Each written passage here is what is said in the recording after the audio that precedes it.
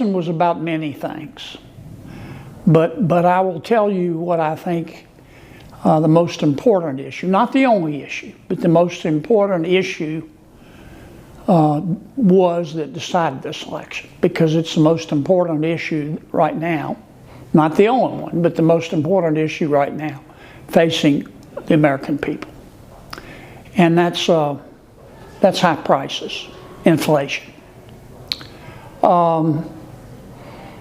President Biden and the Biden administration was an inflation machine.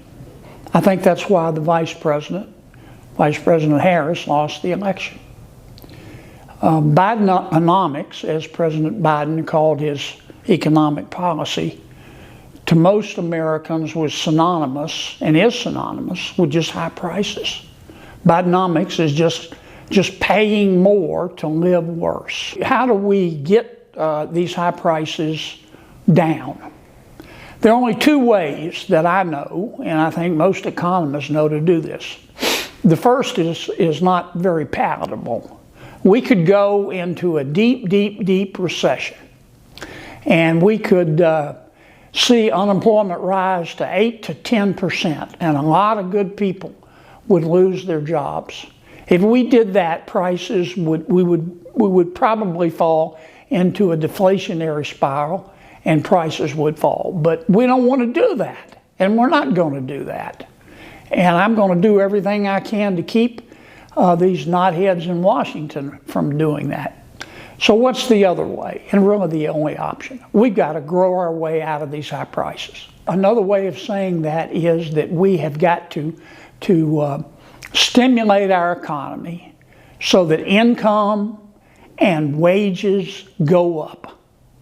And so people will have more money to be able to afford the products that now are priced higher because of President Biden and Vice President Harris's inflation. How do we do that? Well, I'll tell you what step one is, and it'll be our first order of business when the new Senate and the new House and the new president take over. Back in 2017, when President Trump was president the first time, we passed the Tax Cuts and Jobs Act. The idea was that if we let people keep more of their money, they would invest it and stimulate the economy and grow it, and we'd all be better off. And it worked. After we cut everybody's taxes, business investment went up dramatically.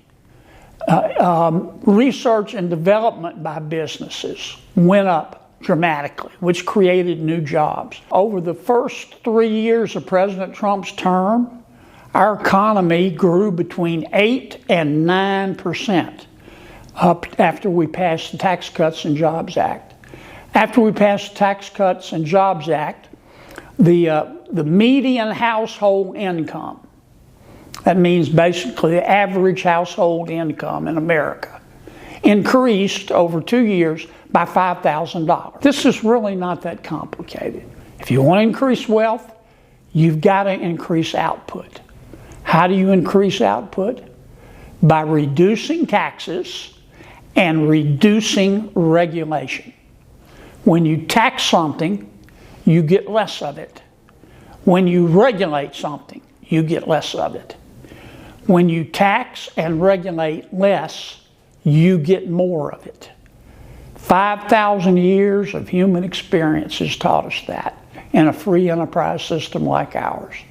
And that's what we're going to do from day one in the brand new Congress, working with our brand new president.